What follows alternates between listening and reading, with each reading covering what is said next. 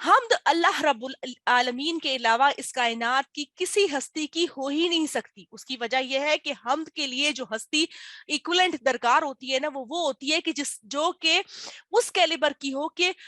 کسی چیز کو لے کر اس نے نہیں بنایا ہو بلکہ وہ خود تخلیق کار ہو, یعنی چیز کے اصل سے لے کر ابد تک اس کی تخلیق ہی نظر آتی ہو. اچھا, اس کو سادہ الفاظ میں سمجھانے کے لیے اگر میں یہ کہوں کہ مثال کے طور پر میں نے کوئی بھی چیز بنائی ہے, میں نے کوئی چیز لکھی ہے, تو نہ تو اس کے لیے انک میں لے کر آئی, نہ تو میں قلم لے کر آئی, نہ پیپر میرا ہے, نہ کتاب میری ہے,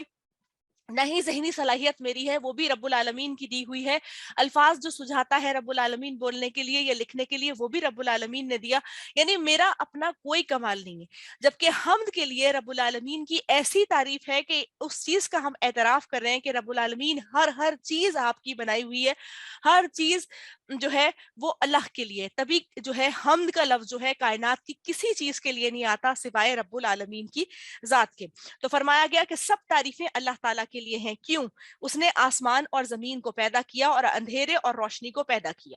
اگر میں اس کا صرف اور صرف ایسے ہی مطلب کرتی ہوئی چلی جاؤں اور تو میں کہوں گی کہ اس نے اندھیرے اور روشنی کو پیدا کیا, مطلب سادہ الفاظ میں آپ کو بھی سمجھ آ رہا ہے کہ اس نے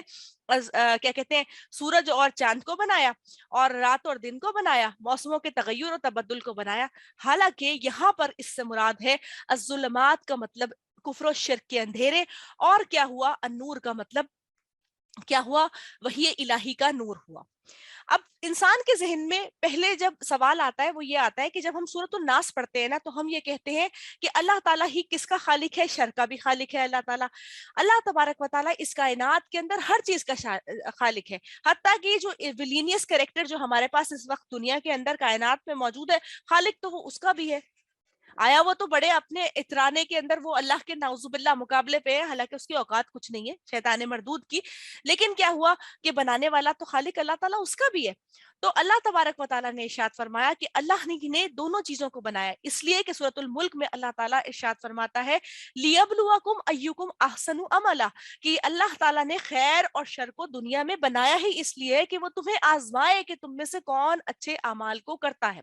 ٹھیک ہے, پھر کہا گیا کہ آسمان اور زمین کی وسعت کو اگر دیکھا جائے کتنی بڑی ہے, ہم تصور نہیں کر سکتے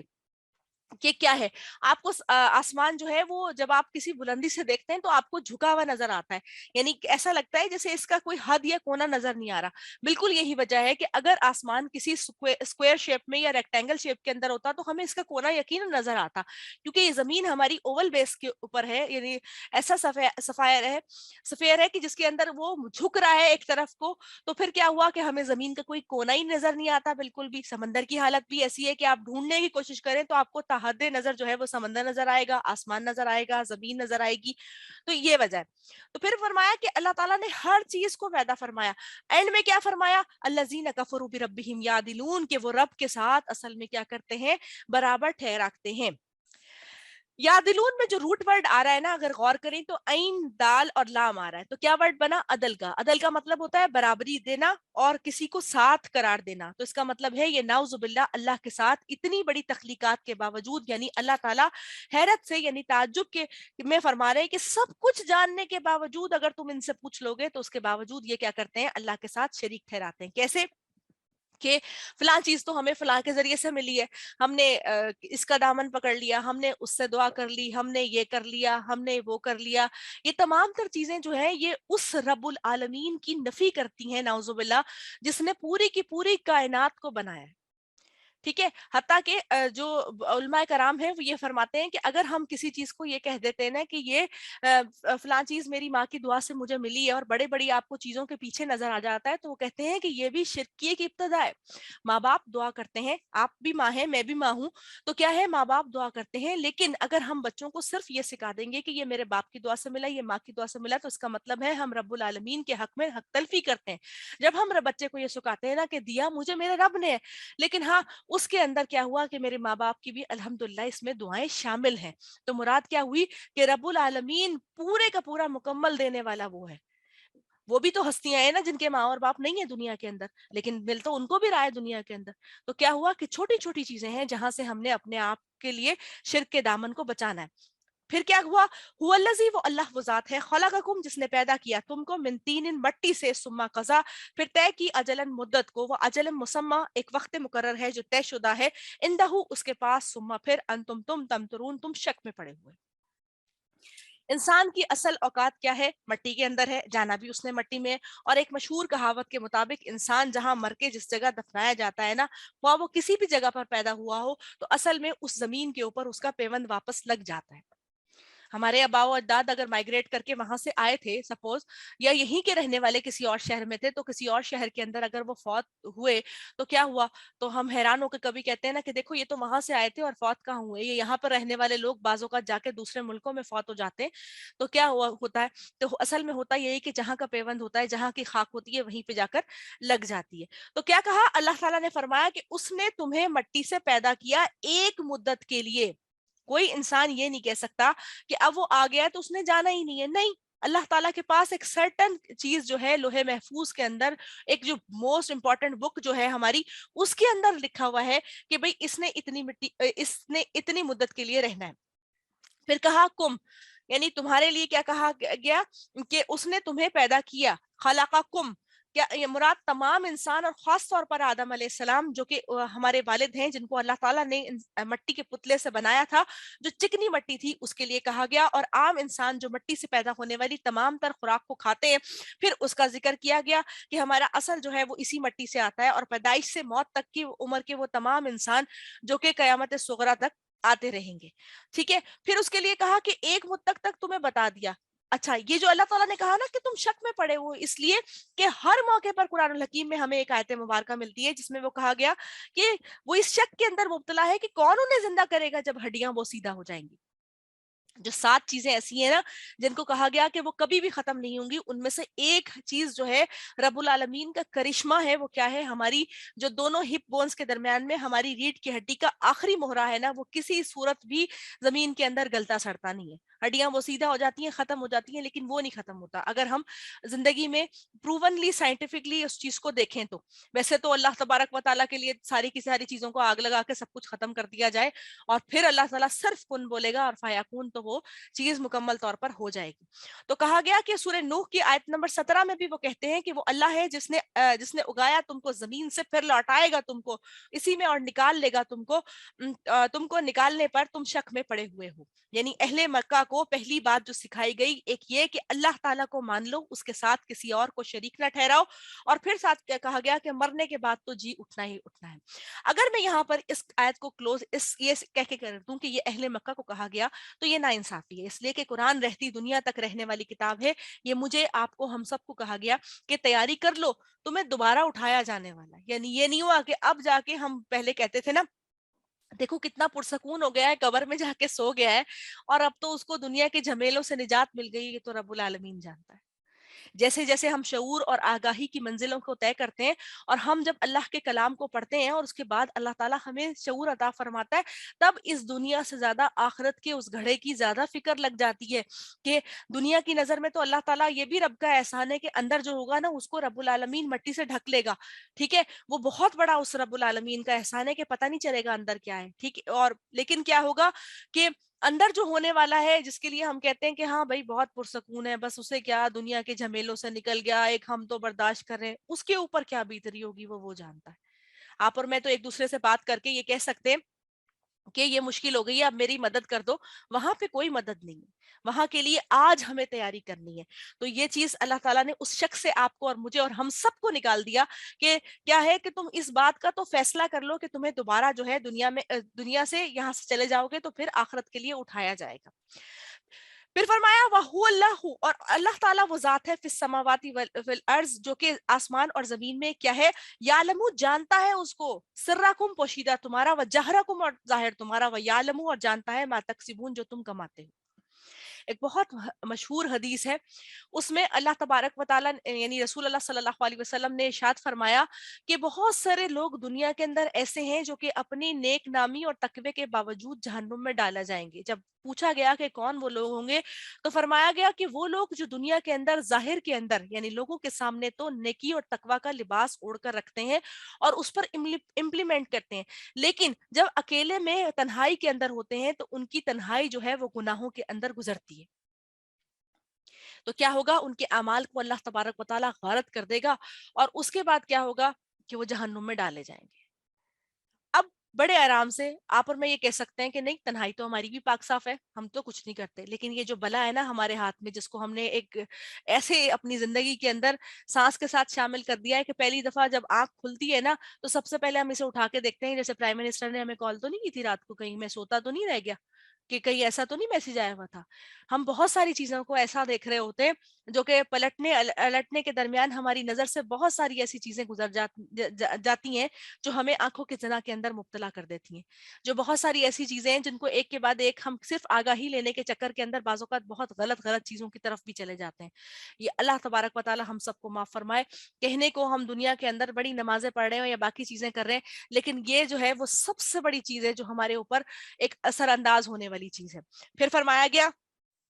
اچھا اس میں پتہ کیا ہے، ایک اور میں یہاں پہ بات کر دوں کیونکہ میں کافی دن سے میرے ذہن میں آ رہا تھا، ہم جب شادی شدہ ہو جاتے ہیں نا تو ہم یہ سمجھتے ہیں ہمارے لیے ہر چیز کا راستہ کھل گیا، اور ہم بے حیا بھی ہو جاتے ہیں۔ سچی میں آپ کو بات بتا رہی ہوں، اس کے بعد ہم یہ کہتے ہیں کوئی بات نہیں، اگر ہم دیکھ رہے ہیں تو کیا ہوا، کوئی بچے تھوڑی دیکھ رہے ہیں یہ چیز۔ بھائی آپ کو اگر میں ایک بات کروں تو کیا مجھے غیرت نہیں آئے گی کہ میں کوئی غلط چیز دیکھوں گی اپنے شوہر کے ساتھ بیٹھ کے؟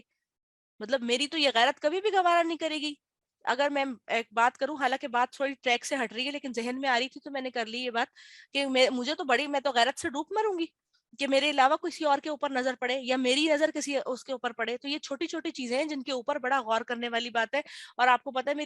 کوئی بھی بات میں کرتی ہوں اس کے بہائنڈ دا سین ایک ریزن ہوتی ہے۔ ریسنٹلی میرے سامنے سے ایک کیس گزرا ہے جس کی بیس پہ میرے ذہن کے اندر یہ چیز چل رہی تھی کہ کہیں ہم غلط چیز تو نہیں کر رہے، اس لیے اللہ تعالیٰ نے فرمایا کہ اللہ تعالیٰ کیا کرتا ہے، ظاہر کو بھی جانتا ہے اور چھپے ہوئے کو بھی جانتا ہے، اور جو کچھ تم کمائی کرتے ہو اللہ تعالیٰ اس کو جانتا ہے، کیونکہ آسمان اور زمین کے اندر جو کچھ بھی اللہ تعالیٰ نے دیا ہے رب العالمین کی قدرت کے اندر ہے، اس کی حکومت ہے، اس کی علم ہر جگہ پر موجود ہے۔ رب العالمین اپنے علم کی بزور پر ہر جگہ موجود ہے۔ ہاں یہ نہیں کہا جا سکتا کہ ہر چیز میں اور ہر جگہ پر اللہ تعالیٰ کی ہستی موجود ہے، اگر ہم ایسا کہیں گے تو نعوذ باللہ ہم غلط بات کو کر رہے ہوں گے۔ بہت سے لوگ جو شرک میں مبتلا ہوتے ہیں وہ یہ سمجھتے ہیں کہ اللہ تبارک و تعالیٰ جو ہے وہ تو ہمیں نہیں دیکھ رہا، یا پھر کیا ہوتا ہے کہ اس کے ذہن میں ہوتا ہے کہ تنہائی میں آ گیا، آ کے میں اب لوگوں سے تو چھپ گیا، اب کیا کروں، میں کچھ بھی برا کر سکتا ہوں۔ لیکن اللہ تعالیٰ نے فرما دیا کہ وہ ہر چیز کو جانتا ہے، چاہے تم چھپے ہوئے کرتے ہو چاہے تم ظاہری طور پر کرتے ہو۔ آپ صلی اللہ علیہ وسلم نے ایک لونڈی سے جو بول نہیں سکتی تھی پوچھا اللہ تعالیٰ کہاں ہے، تو یہ جاننے کے لیے کہ وہ مسلمان ہے، اور اس نے آسمان کی طرف پھر اشارہ کیا کہ اللہ تعالیٰ جو ہے وہ آسمان یعنی بلندیوں پر موجود ہے۔ اب اللہ تعالیٰ کہاں موجود ہے، کیسے موجود ہے، قرآن الحکیم میں اس کی جو اصطلاح بتائی گئی وہ یہ کہا گیا کہ الرحمن استوى للعرش، کہ رحمان جو ہے عرش پر استوى ہے۔ اس سے آگے ہمیں ڈیٹیل نہ تو پتا ہے اور نہ ہی ہم اس سے آگے کوئی بات سوچ سکتے ہیں۔ پھر فرمایا گیا وما یاتیہم، اور نہیں آتی ہے ان کے پاس من آیتن کوئی نشانی من آیات ربہم، ان کے رب کی نشانیوں میں سے، الا مگر کانو ہے وہ انہا اس سے مورزین اعراض برتنے والے۔